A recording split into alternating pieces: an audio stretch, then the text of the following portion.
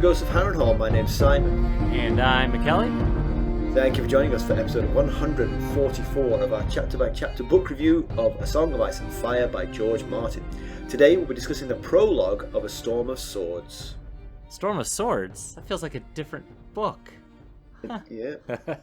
Anyway, as always, we're going to chat about the chapter and try not to spoil any future plot points for you. Hopefully, we're going to provide you some entertainment along the way. We'll summarise what happened, discuss our thoughts on it, provide some useful background, compare it to the television show, indulge in a little pedantry, and cover some relevant news and listener correspondence.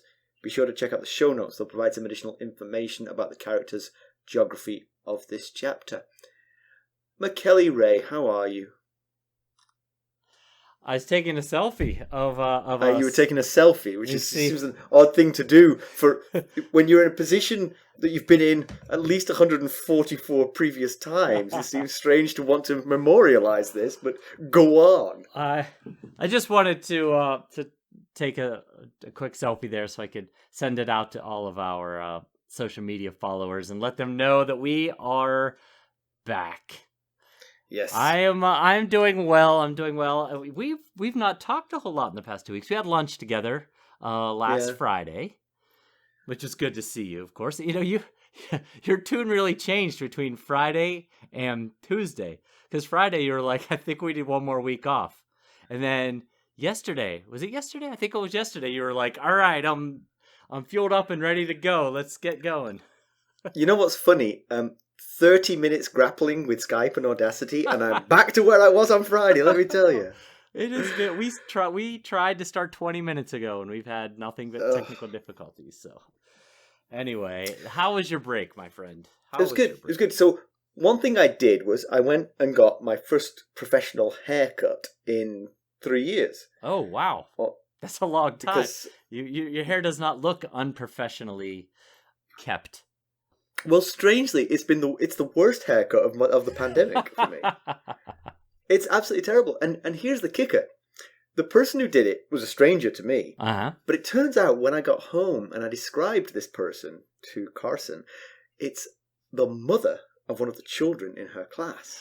Oh, okay. The plot thickens. And Mackelly, I don't know if you've ever met me, but I am not all that discreet. And I do tend to blab on about things. For instance, I have an inkling of what you're talking about, sure. The god-awful children in my wife's class, for instance. So you think it was retribution? Yeah, possibly. That's what I wondered. Because I didn't say that much, and I didn't name her child specifically. But I said enough things for her to maybe have pieced it together, you know. She's like, I'll just take a little dent right here and a little nick right here. I've fixed it. It's awful. It's the worst haircut I've ever had. I looked like when she finished, she cut my hair with clippers at the back, and then she didn't cut it at the sides with clippers, and then she sort of cut it with scissors at the sides until she got sort of like forward of my ears, and then she left it alone. So I ended up with these sort of bushy pieces on either side of it. I looked like an orangutan. It was awful. So how did you think? Did you ask her to keep going, or? Mackelly, I don't know if you noticed this, but I'm English. I said, oh, it looks lovely, and I left as quickly as possible. Where'd you go? So what did you do? I got Carson to fix it when I got home. I was like, you're way better than her. Oh, well, I tell you, between the two of us, hairstylists and barbers are not making a whole lot of money because I haven't had a professional haircut in 5-6 years because, as you can see by my hair, my hairline here, it's just a one, I put the guard on the lowest setting possible and, away. Usually I get Stacy to do it because, she could see the back of my head better than I can. Right. Yes. Yes. Well, how else? What else did you do? What else did you get up to? I did some wakeboarding. Oh yes, that's right. I remember you telling me this. I've been having some fun with that. I'm getting better. I've been darting across the wake. I've been switching my feet. No face plants or less. Oh, one or two. Less frequent. It tends not to end with me choosing to end it. All right. Well, someday you'll get to that the ending. You'll stick the ending. How about you? Anything exciting? Oh, well, let's see. Oh my gosh, I got up to all kinds of stuff. I traveled. I went to Western Pennsylvania up to Pittsburgh to visit my family. I saw my mom, who I hadn't seen since last fall. Had a picnic with my family. Played 2 rounds of golf. Wow. I know. Oh, and I got cultured. I finally finished the Hail Mary Project book that that I had been so slowly digesting. And I tell you this, once I started reading more than a paragraph a week, the plot really picked up. It was you'd had a problem with the pace, but it was really the reading, not the writing. I enjoyed it. The ending was really good. Yeah, I know you're a big fan of that book, and I really enjoyed that book. Yeah, it's cool. It's very good.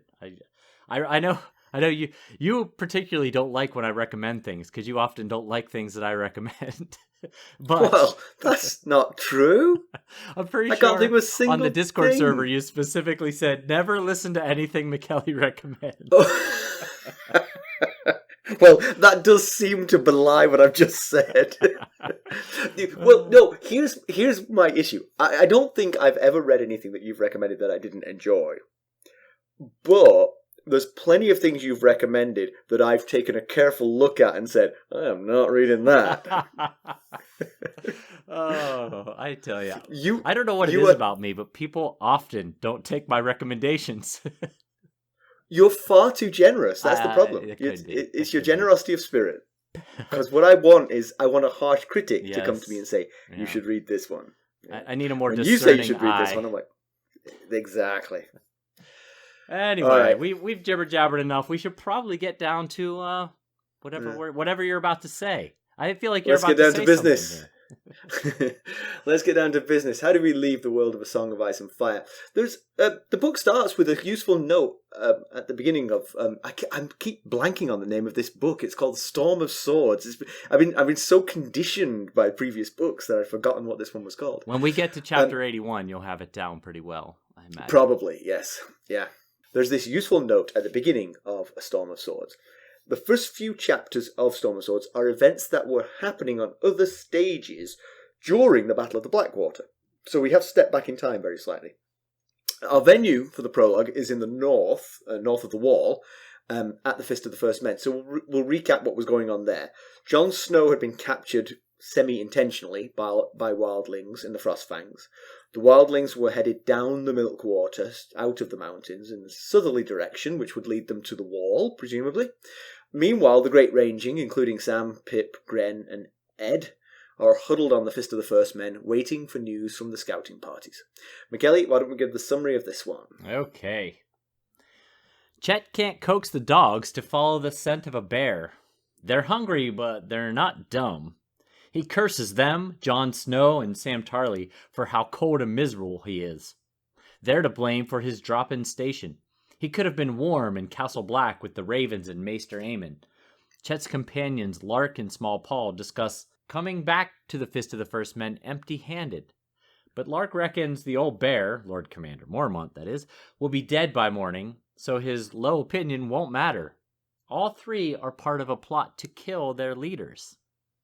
Lark wants to kill all the officers, but Chet has a very specific kill list. Sam is on there just for revenge. Only those who have to die will die. Chet reflects that the Ranging had 3 goals: to find Benjen Stark, to find Waymar Royce, and to learn the whereabouts of the Wildling army. Well, the first 2 are still missing, but the host was in the Frostfangs, so Chet's ready for home. Thorin Smallwood's party has made it back from the Frostfangs, and Mormont has the latest news. The host is 20 to 30,000, with 500 mounted in the vanguard, and is headed their way. Smallwood leads the hawkish opinion. The army has as many women and children as fighting men. Attack them here, north of the wall, where they least expect it. Worryingly for Chet, this madness is becoming policy. Sir Otten Withers is more dovish, but he's become outnumbered. Chet calls a halt to the hunt, and they head back to the Fist of the First Men. The dogs are hungry. He's not fed them for 3 days. Part of the plan for the coup is to loose the dogs on the horses to create confusion. The conspirators number 14, and it's Chet's hope that they might slip away unnoticed, at least long enough for them to escape. Chet fantasizes about John being dead already and how he will send Sam to join him. His companions ruminate on what they'll do once they're free. Chet thinks they're idiots and doomed, planning to go south of the wall. His own plan is to kill Craster and take over his keep and wives. Chet is on the wall for murdering a girl who would not sleep with him, so his plan tracks. With Mormont dead, command would fall to Withers, who will take the forces back to the wall, hopefully not stopping to get revenge on the traitors. When they arrive back at the Fist of the First Men, they find Sam Tarly taking archery lessons. He's not great. Chet stays to heckle, it's what else he got to do, I guess. Edd Tollett teases Chet back, and Chet storms off with the dogs. He reports his hunting failure to Mormont and sulks for a while. It's getting colder and quieter. As Chet surveys and worries about the steadfastness of his conspirators, they're ordered to assemble at the central fire. Mormont announces his plan. At dawn, they will ride north, avoiding the wildlings' vanguard. Then they'll attack the weaker flanks in small pockets in multiple places, creating an impression of a larger force. The murmurs of fear and discontent are drowned by a rousing rendition of the Night's Watch vows. Chet dreams and wakes to snow. His plans are ruined. In fresh snow, they'll be easily followed. He decides that he'll at least get revenge on Tarly. He finds him under snow and covers next to the ravens. Just as he's about to strike, a horn blast signifies that one of the other groups has made it back from the Fossfangs. But as Sam stirs, a second blast proves that it's wildlings, not 10 days hence as Mormont had said, but right here. Sam starts to dress for battle, and Chet tells him that a wildling is out there with an axe for Sam. But his taunts are ended by a third blast. Both know what that means. Others. Dun dun dun, they're back. I gotta say, 22 years ago when this book first came out, I'm betting that if there were bets taken on the Storm of Swords prologue POV character, Chet would probably not have been high on the odds board. The one thing that the three have had in common is that they are not major characters. Very true. So you might be, it would have been a clever $10, and the odds would have been good. Yeah, that's true. That's a good point. And, the first two ended up dead at the end of the... Yes, Chet just ended up wetting his britches. Yes. Will technically didn't die until chapter 1. He survived his own prologue. That's true. That is true, yeah. Anyway. One thing, just the note, I find it a little bit strange. Time's just always hazy in these books. I've already accepted the fact that the chapter sequence might not be perfectly chronological. The events are separated by thousands of miles, so what difference does it make, the timing of a few days or even weeks? Right. There's no such thing.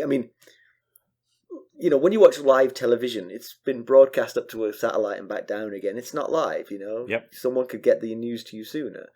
Well, that's measured in seconds. This is measured in days and weeks. It doesn't matter if these things... The one thing I'll say is it does give an impression of a carefully controlled and known timeline. And I wonder if that was the point. Just to say, look.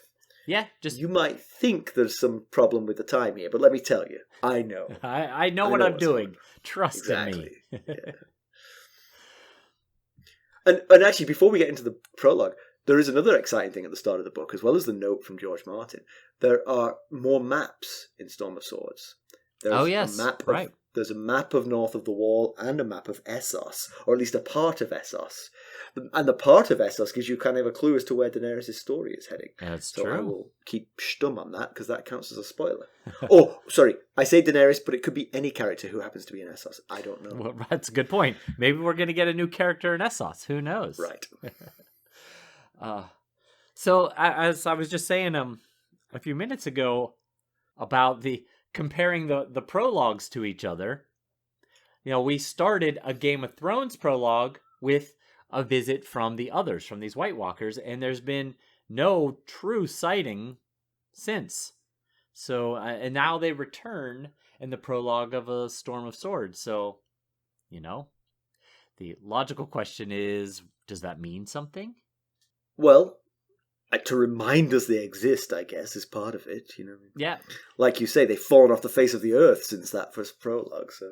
Yeah, I was also thinking that this book, A Storm of Swords, was meant to be the last book of his original trilogy that he planned for this story. Oh, really? I didn't know that. So, yeah. So, maybe he was bringing them back because this was the last book. He needed to get them back in. And, then it didn't work out that way, obviously, because there's 2 books after this, and we're waiting on 2 more. So... I wonder where the story would have gone if he'd squeezed it into 3 books, because, it feels like we were still sort of like on the tip of the iceberg at this point. Yes. I'd have to imagine, possibly even before he started this book, but at least at some point he thought, oh, goodness, there's no way I'm wrapping this story up within this book here. So, he may have, even before he started it, thought, nah, this won't be the last book.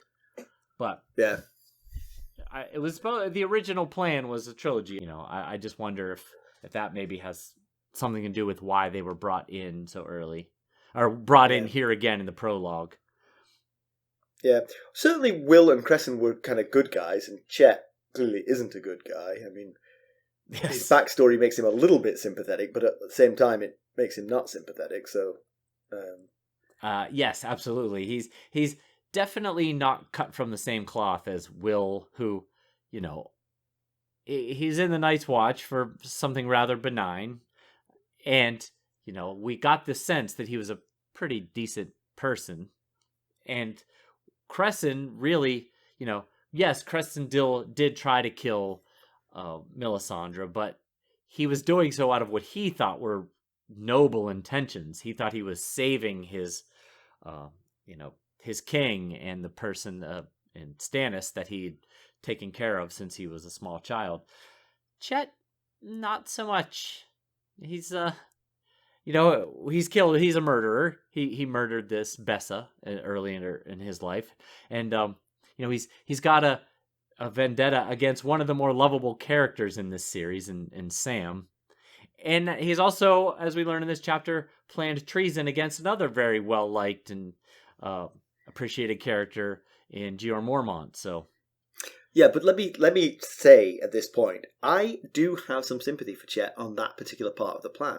I know he swore an oath that binds him, but his boss is making a really dumb decision here, and there's almost no good reason for them to be freezing to death and now starving to death as well, because they can't hunt anything.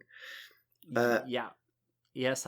I was wondering if Mormont had decided, no, we're going back to the Wall. Right. Would Chet and company still have tried to escape, or would they have just accepted their lot in life and gone back to the Wall with Mormont? Because they didn't know he was going to make this decision today, Right. But interestingly, Chet the Weather Vane had figured out that the more hawkish position of attacking the wildlings was gaining prominence over the more dovish, let's retreat back to the Wall. True. Yes. Yeah. But I felt sympathy for Will when he betrayed the Night's Watch. I felt obvious sympathy for Crescent when he tried to dispose of Melisandre. And I do feel a little bit for Chet, because he is in a miserable situation, not of his choosing, and some of his motives are understandable. Some of his motives are pure selfishness, but some are understandable. That's well said. Yeah, that's well said. Yeah. I was wondering, I was going to say to you, should Jon have told Mormont what he heard in A Clash of Kings? I think it was Jon 5, maybe, when Corrin arrived, and he overheard Chet and Lark and some other men talking, and Chet was saying that the ranging is an old man's folly and they won't be going into the Frostfangs. And Lark was like, well, maybe the old bear won't give you a choice. And Chet said, maybe we won't give him one. You know, all that talk could just be chalked up to frustration. Probably nothing would have come of it had he even said anything. But what an extraordinary thing your memory is. I'd completely forgotten that conversation even happened. And I remember John's agony over it was kind of like, it's just the men talking. I shouldn't report this, you know. Yeah, yes. And I have some sympathy there. But I mean, yes, if he had have told him, then Mormont perhaps would have been prepared for this. But it looks like the plan is faltering anyway. Combination of the snow and the White Walkers arriving at the same time. Sure does. Looks like it's not actually going to come to pass. No, I think you're right. I will say my memory wasn't completely 100% there. I remembered the conversation happened. I had to go look up what the conversation was. So, see, you do more research than me, but that's because you have these inklings that I don't have. Why would I go look up John 5 from the previous book when I have no reason to think that has got any bearing on what we're reading here? So Chet is utterly odious. I mean, his backstory, growing up dirt poor, where his father used his own body to fish for leeches so that he could sell to the maesters. It's one way to do certainly, it. Yeah, it's quite effective. Yeah. It's a pitiable backstory, but any pity you might have for him evaporates when the memory of the crime that brought him to the wall. A girl won't sleep with him, so he murders her. Maybe that's a point to remember about the Night's Watch generally. It shouldn't be forgotten that many of these noble men of the Night's Watch who we root for are just like Chet. The non-wall is probably considerably better off not having them. Yeah, I mean, that's basically the point of the wall these days, is a place to throw prisoners so that they don't crowd up your jails and your dungeons, I guess. Yeah, I mean, first of all, there's a noteworthy line that he thinks of in this chapter that goes along with what you're saying there. He thinks to himself that stewarding for Maester Aemon had been as good a life as he'd ever known. So, it does add a little perspective to his existence. I mean, like you said, he grew up poor and in an abusive home. He recalls being beaten bloody by his father for reflexively crushing a leech that attached himself to his hand. And, he kind of had a bit of a hound-like backstory because he has these terrible boils on his face. And, they seem to have provided a target for the other kids to pick on him about. And, so he kind of had this traumatic childhood stemming from like a facial irregularity, whereas the hound's was a scar. His are these red boils and wens that caused embarrassment and ridicule, which certainly probably shaped him in some way. But, that's excuse only to a certain point. Others have come from just as bad or worse. And, for instance, Sir Duncan the Tall, who became Lord Commander of the Kingsguard from the Dunk and Egg series, he grew up an orphan in Flea Bottom, and, Sir Davos grew up in Flea Bottom, and they managed to straighten themselves out. So, there's got to be some personal accountability, obviously. But he does have a bit of a backstory that you feel for him. So Chet hasn't fed the dogs for 3 days, so they're hungry, and part of his plan is to loose them amongst the horses during while the murders are happening. This probably will lead to the death of certainly some of the hounds, possibly some of the horses, and possibly some of the members of the Night's Watch as the terrified horses and hounds trample about. So there's a sort of callous indifference in there, for sure. Yeah, absolutely. But his plan isn't totally dumb, though. His plan is very careful. No, you're right. It's very carefully thought through.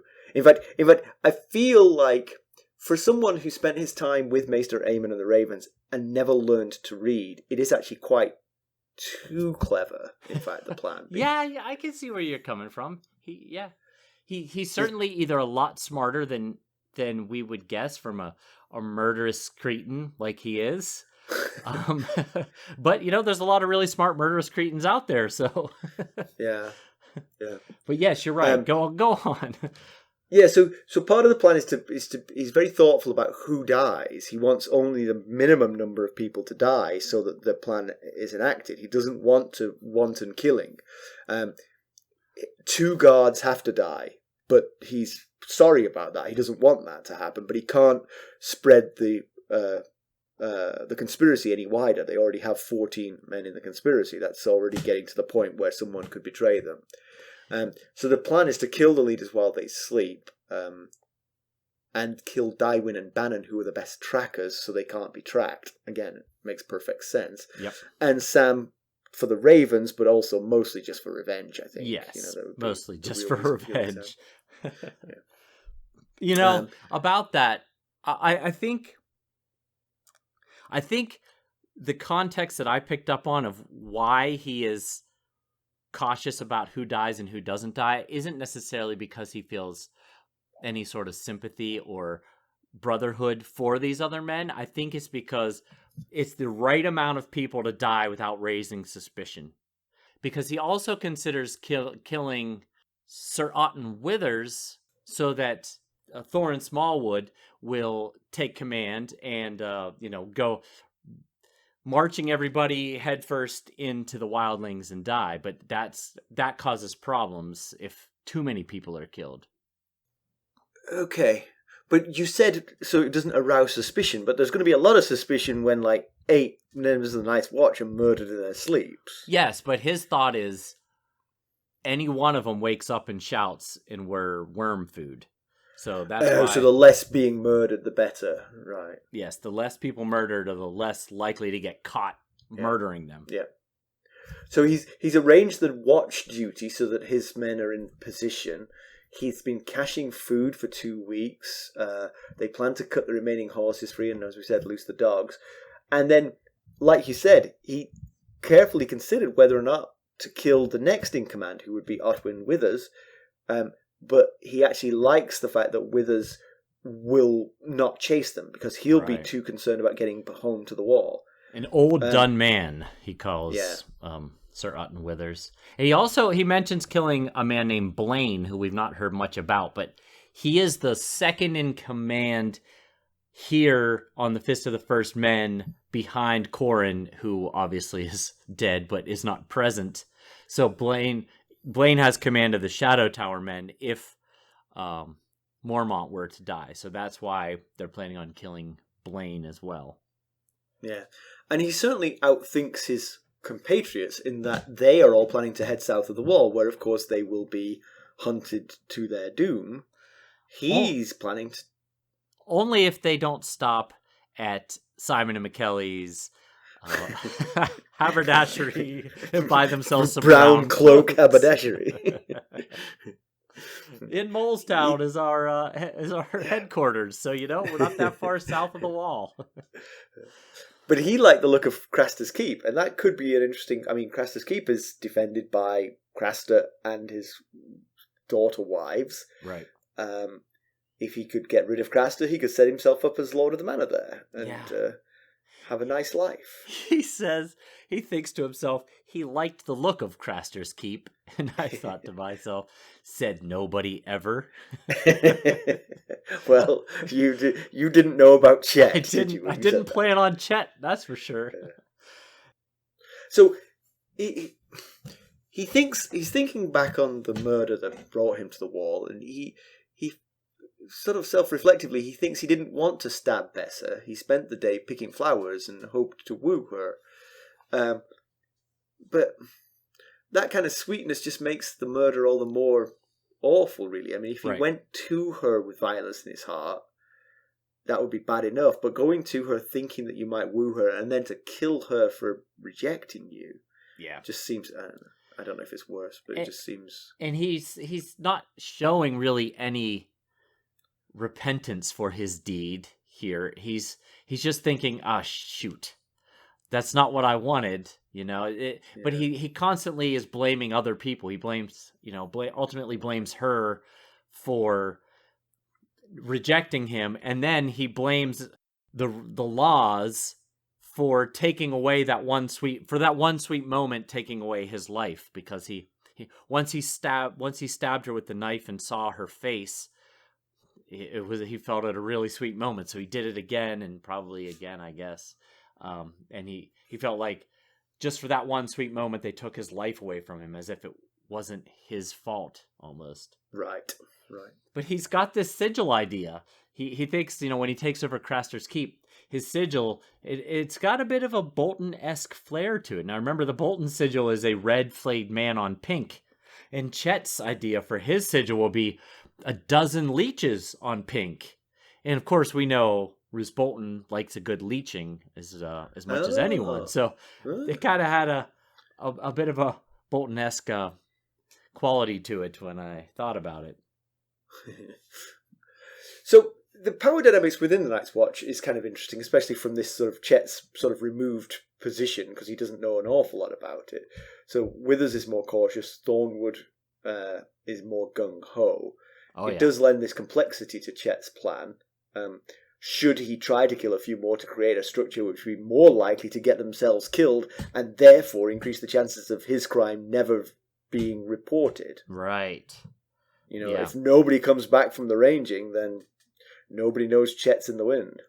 Yeah, and Chet makes an argument I'm going to go back to John 5 here again, but he makes an argument that the king beyond the wall never looked for us, will never look for us so far north. And, it's not the first time that he's made that argument. Back in John 5, again, the chapter where Corn Halfhand finally arrives at the Fist of the First Men, they're having kind of a leadership meeting, and he makes the same argument to the rest of the leadership. So he's really on this. But Chet's right. And Chet thinks any ranger, no one's returned except for Thorin Smallwood's group. The Jormund Buckwell's group took the giant, went up the giant stairs, and we know that Corn and John went through the Skirling Pass. None of them ever returned, and if any of them had been captured, there's a high probability that they might have been tortured to the point of telling the wildlings where this ranging is currently located. Very true. Yeah. But I also think that they might not even need that, because he mentions, as they're making their way back from the failed hunt to the Fist of the First Men, that Mormont had a great circle of torches lit around the summit of the Fist. So they're not exactly trying very hard to stay on the down low here. Yeah, and Chet is convinced the wildlings know they're there, and I think with good reason. Right. So you want to the conspirators, go through the co-conspirators? List the conspirators. So Lark, who we heard from, is known as the Sister Man. We met him briefly at Craster's. He tried to take the rabbit from Ghost, which was not the smartest thing. Nope. He's a Sister Man because he's from the Sisters, 3 small islands in the Bight. And he's also got he and Chet mention several cousins of Lark's. They don't get named individually, but they are mentioned. So he must have some family there on the wall. Nice. We also get Small Paul. He's a huge, powerful, simple-minded, kind of almost like a verbal Hodor, like large, strong. Doesn't necessarily seem to have a mean bone. He seems to just be doing what he's told to do. Yeah. Kind of, in some ways, kind of like Lenny from Of Mice and Men. Yes, I think that's a good comparison. Yeah.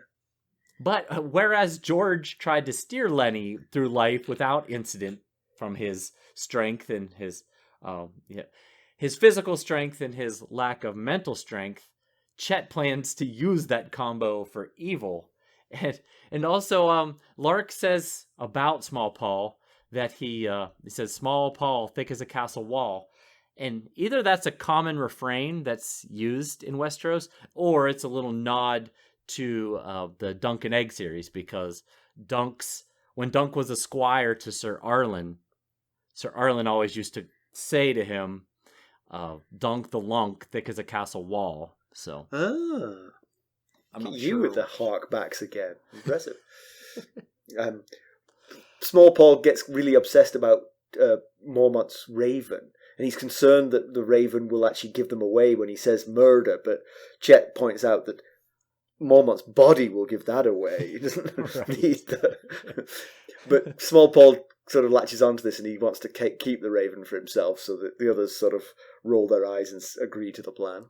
Yeah, I was thinking though, the Raven could just say Paul, because it's his job, his and True. another guy named Softfoot's job to kill Mormont. He might say Paul and tip them off. But is the raven really a reliable witness? He often says That's true. corn or snow. He will never hold up over cross-examination. Exactly. So there's a guy named Dirk who's named for his favourite weapon. We don't know why he's on the wall, but given his name, it's possible it's something to do with that. Yes, and then, like I mentioned, there's another guy named Softfoot who might be the most sadistic of all. I know that what Chet did was horrible, but what Softfoot had done to end up on the wall is not too many, not too far off. He claims to have raped 100+ women, and they call him Softfoot because he said that they didn't even know he was there until he pounced on them, basically. So, and then there's Sweet Donnell Hill. If you're pulling together a team of traitors, then someone who claims to be a Lannister bastard is probably a good choice. Oh yes, he's self-claimed, but he's got the surname West, which is the surname Hill, which is a Westerland's surname for a bastard. So, which of course he may have given himself. Yes, that's true. He does have the white teeth, fat red lips, and yellow hair that they describe Joffrey as having. So you never know. Yeah, could be. Yeah, none of them feel like there'll be a huge loss to the Night's Watch, to be honest. Maybe with the exception of Paul. Right. Yes. Who can fill in any gaps in the wall with himself. Yes, he could. Now, I had already mentioned that about Thorin's argument that the king beyond the wall, Mance Rayder, would never look for them so far north. But he also makes the argument. So they all come together. We mentioned this in the summary. They're all summoned to assemble, and Mormont says tomorrow we're gonna ride north, and we're going to circumvent the vanguard of the wildling army, and we're going to attack the main group of the army. We're going to surprise attack them from various different locations. And Thorin says that Mance means to break the wall and bring war to the Seven Kingdoms. I'm not sure how he knows that that's the plan to break the wall. We don't know that they've gotten word that he's found something to aid him in doing that while in the Frostfangs. If not, it seems a rather difficult task, even with 30,000 people. But there was early speculation, right? When it was discovered that Mance was in the Frostfangs, there was speculation that he was looking for something that would help him destroy the wall. Yes. But of course, you retreat back to the wall, and you're standing on top of it while these 30,000 are trying to break it. You have an advantage of gravity. You can drop things on them. Yes.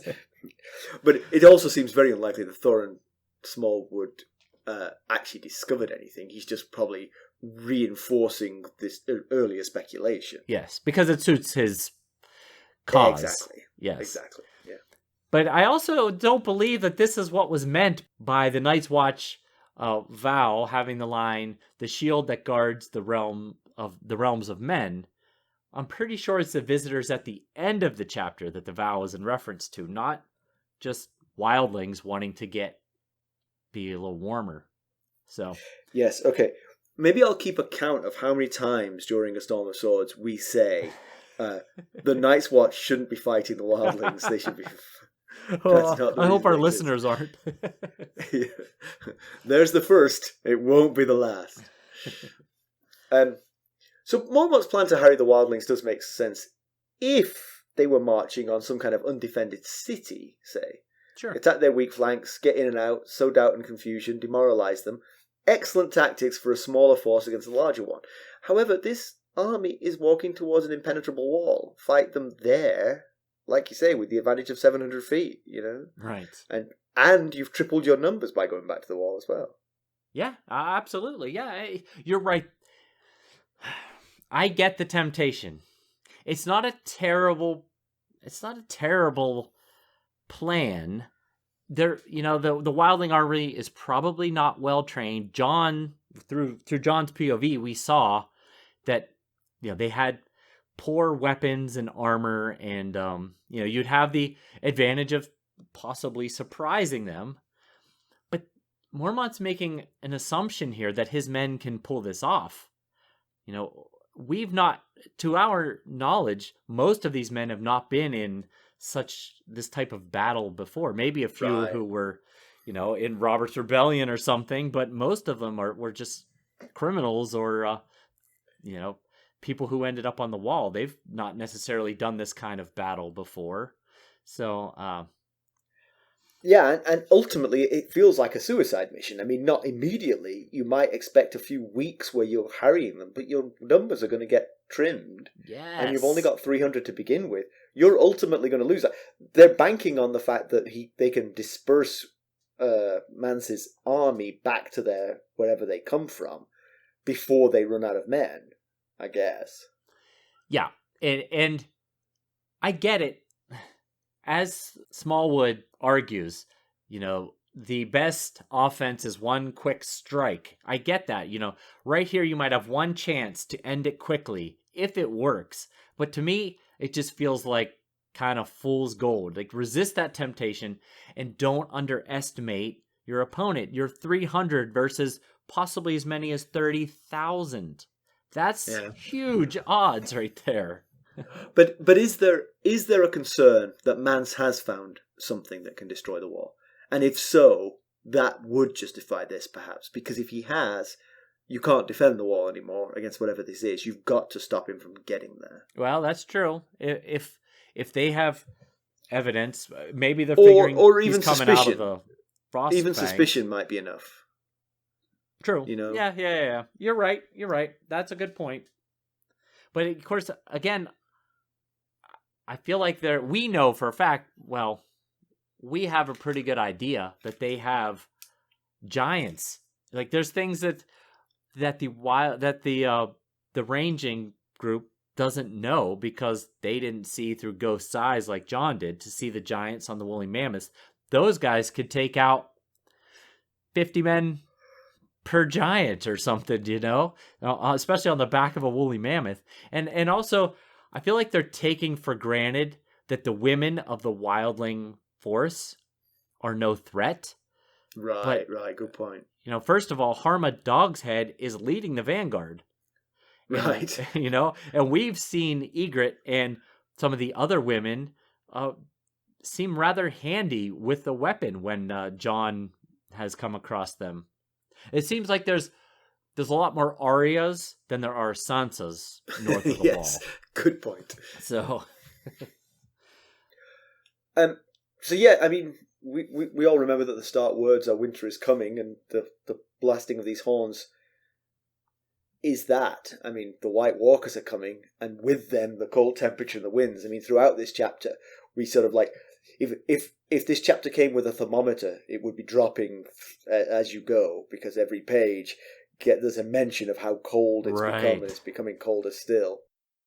Yes, in fact, after Chet leaves the group, I think, after the assembly, he thinks it's gotten colder, and I don't even know how that's possible to have gotten colder than it was. So, yeah. So it starts snowing, and Chet wakes up and the snow lands on his face, and he realizes, oh no, his plan's been undone by snow, and he thinks, this is not the first time that I've been undone by snow and his pet pig. So he's both physically being undone by the falling snow, but also, he's already been undone by Jon Snow, because Chet should be home at Castle Black, warm with Maester Aemon, instead of out here freezing on the top of the Fist of the First Men. But there's one little bit of foreshadowing. So earlier in the chapter, Chet remembers Sweet Donald Hill retelling that Thorin Smallwood said that the wildling army is a shambling horde. And, now we find out that the White Walkers and their whites are coming, and, there might be quite a shambling horde there. Yes, indeed. We've talked before about the dodginess of the Night's Watch horns signal, and how it would play with your emotions, sort of like the first blast is, yes, our brothers are coming home. The second blast is, oh no, we've got to fight. And then the third blast is like, well, let me consult my books here. What the heck is this about? Yes, it's been 8,000 years since anyone's ever blown 3 blasts. Yeah, I figure it going something kind of like this. First blast. Great, some of our missing brothers have finally returned. Then there's a second blast. Ah, crap. The wildlings are way ahead of schedule. Looks like time for a fight. And then there's a third blast, and they're like, real? Is this really happening? But then I had speculated that could it have just been multiple centuries saw Jarman Buckwell and his men returning, and 3 different centuries blew their horns? I love that question. They must have subtly different notes to their horns just to make sure that doesn't happen. Or my speculation was they saw Jarman and they blew the horn once, and then the wildlings were sort of like galloping behind them, so they blew the horn twice, and then they were like, "Ooh, wait now, did we just scare everybody?" No, really, disregard that. Is the fourth blowing of the horn mean disregard everything I just did? Oh yeah, but there was some. I thought there was some interesting irony here at the end of the chapter. So Chet refers to Sam as a coward basically the whole way through this chapter. And he does it again while he's sneaking up on Sam to slit his throat while Sam sleeps. I mean, that's about as cowardice an act as you can come up with, and yet he's the one throughout the chapter, and as he's approaching sleeping Sam, referring to him as a coward. And then earlier, he thought that, as he calls him, Sir Piggy, meaning Sam, would pee his pants when Chet put the dagger to his throat before he slices his throat and kills him. And then at the very end of the chapter, like the very last few sentences, Chet pees his pants when he hears the third horn blast. So, yeah. And one other thing, just something to keep an eye out for the future, is that we did sort of like piece together the precursors of the arrival of the White Walkers.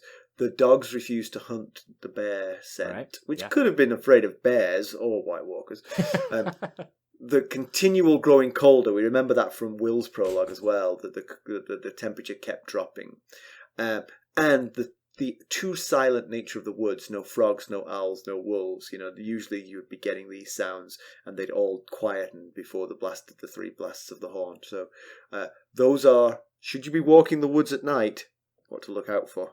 Especially if you've got a dog on a bear hunt and that dog won't hunt. Do you have some background, Mackelly? I do. So it sounds like the others are back. At least that's what the 3 horn blasts indicate, unless we discover it was a mix-up. And we know from the Game of Thrones prologue that they're real, and they're as supernatural as many of the legends suggest. However, not all sources on them in Westeros suggest that there is these magical ice beings. In his book, Lies of the Ancients, Archmaester Formas contends that the others were simply a First Men tribe who'd been living in the far north. Formas argues that the long night, which is the winter that lasted years, some say a generation, that saw the others arrive and eventually be beaten back by the combined efforts of the First Men and the Children of the Forest. So he argues that the long night pressured these men, the ancestors of the current wildlings, to migrate south.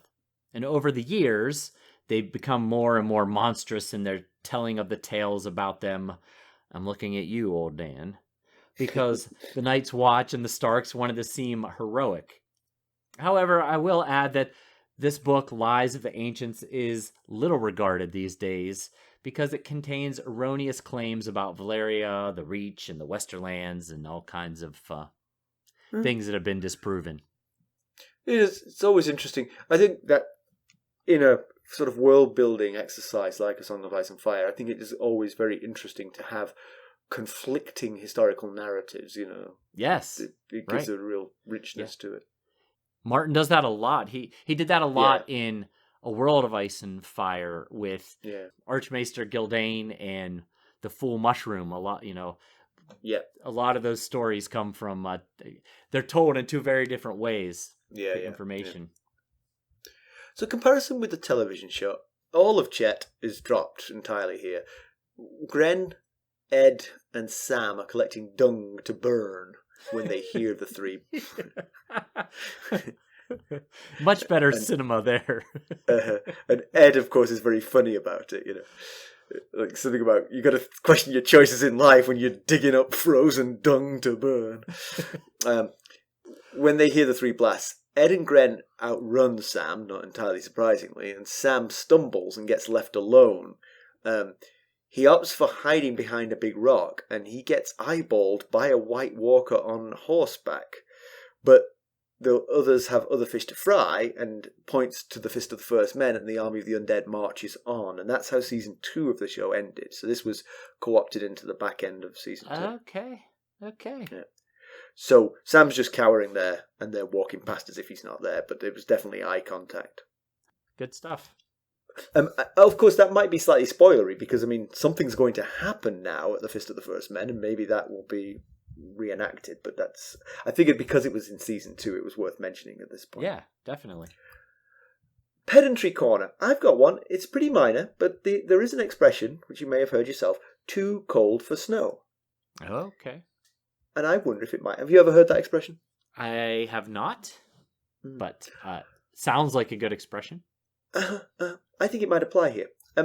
It's very cold at the wall. They've marched tens, perhaps hundreds of miles north of the wall. Winter is coming.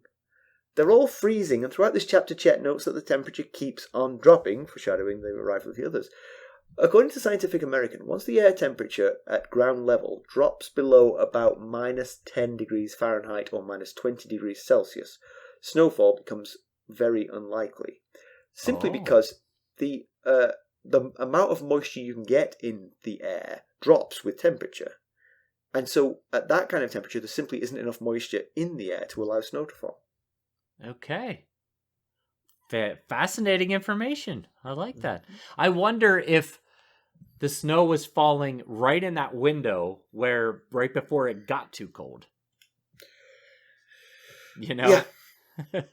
As it's falling, maybe it just snowed for like 5 minutes. But he was describing it as like big enough snow to really, reveal his tracks. So it wasn't just like, sort of little tiny specks of snow. It was real snow, and it just doesn't ring true to me. A heavy flake, like those big heavy snowflakes. Exactly. If I was an Eskimo, I would have a word for what I mean. But as it is, it's just snow. News and notes. I'll just say we've had a terrific response to our interview with Elio Garcia and Linda Antonsen. It was an honour and a thrill to talk to them, and they were very gracious to visit with us. If you haven't already, please do check it out. It's full of fascinating information.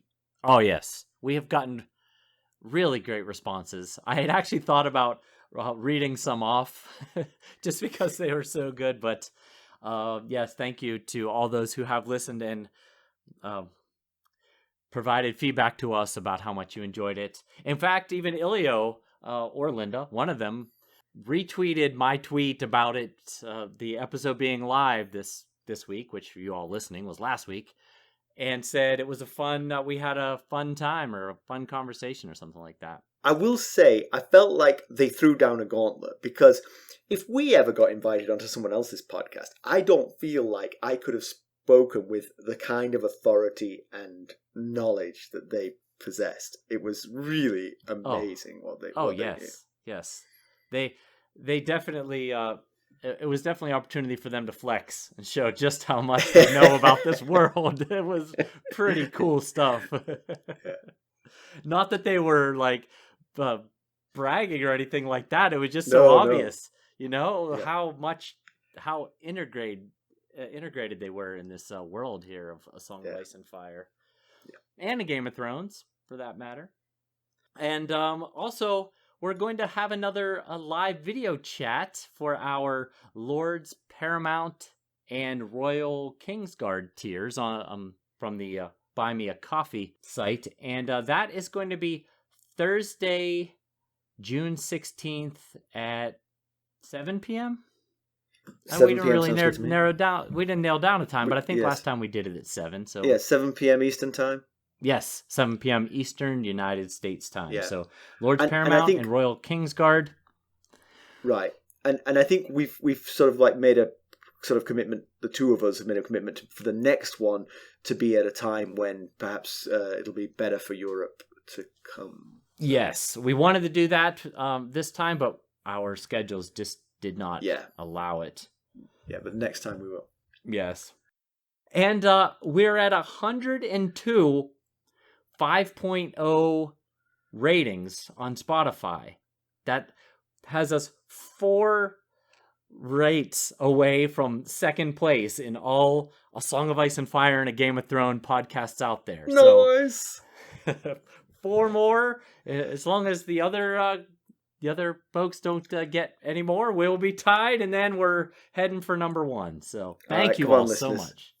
You've got spouses, you've got mothers. Come on. Tell them to give us a 5-star rating too. Yeah, that's right. I asked Ethan, I was like, hey, have your friends ever rated our podcast? All right, let's draw the line under this one. So, the others, they're back. So we've seen nothing of them, like you said, since the prologue of book 1, but they are back and they are here. Yes, they're not the only ones back. We're back too. Us too, yes. We're like the others in many ways. And Chet, I've got some respect for Chet. He knows his stuff. He knew how to construct a coup plan, and which was only undone by very unlikely snow. Yes. But he also knows enough to pee his pants when the others are coming. So true. He's informed. True. Yeah, he knew that means some really scary stuff, I guess. Yes. You'd think they would practice 3 blasts just so that when it happened, the men would be more prepared for it, you know? What's the drill? Everyone's hair on fire. Yeah. Everyone's walking around with peed pants. Yeah. The steward is in charge of the laundries. No, not 3 blasts, Jay again. Blasts. I'm not afraid of the others, just the laundry. Chet. Yes, he's a sad, pathetic, angry, murderous man. He's got really no redeeming qualities. He's basically a terrible human. But, you know, his backstory, aside from, of course, the horrendous murder of a young girl, you know, it does lead you to feel a little sorry for him. But he's just such an awful person. It's very fleeting.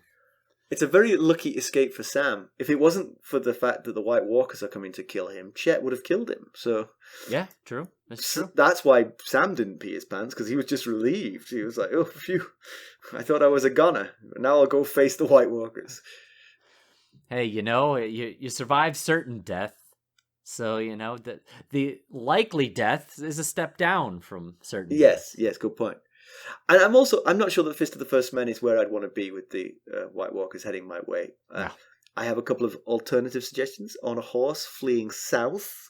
Good choice. Dawn. Yes, good choice. The Summer Isles. These are places that I would consider where I would rather be. Yes. Fist of the First Men. See them get across the ocean. It's defensible, but I don't want it. I don't know if high ground really works against the undead, you know? Yeah. What you really need is a 700-foot wall. That would help.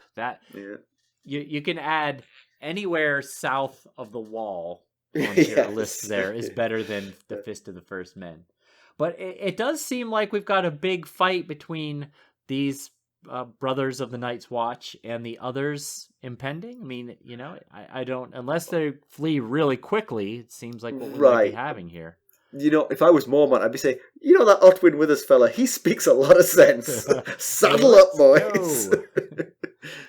Yeah, well, we saw what one did to Sir Waymar in the prologue of A Game of Thrones. You know, of course, Sir Waymar didn't know what he was up against.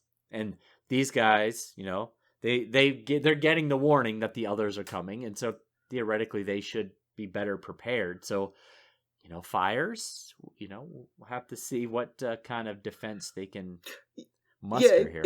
It was fire that Jon used against the white. Yes. Yeah, it was. Okay, yes. So they know this much at least. Yeah. Right.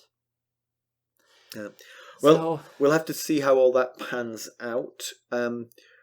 So there's 3 ways that you could help us with our podcast. You could leave us a review, particularly on Spotify. That would help to spread the word. You can buy some merchandise from us at ghostsofharrenhal.threadless.com. And you could buy us an Arbor Gold at buymeacoffee.com/ghostsharrenhal. Or become a sustainer there, and then you'll get to come on the live chat with us. That's right. That's a lot of fun. Looking forward to that. And of course, as always, you can reach us at ghost.harrenhal@gmail.com. You can follow us on Twitter at ghostharrenhal. We're on Facebook, Instagram, Discord, and YouTube. Thanks for listening. Thanks. Bye. Bye.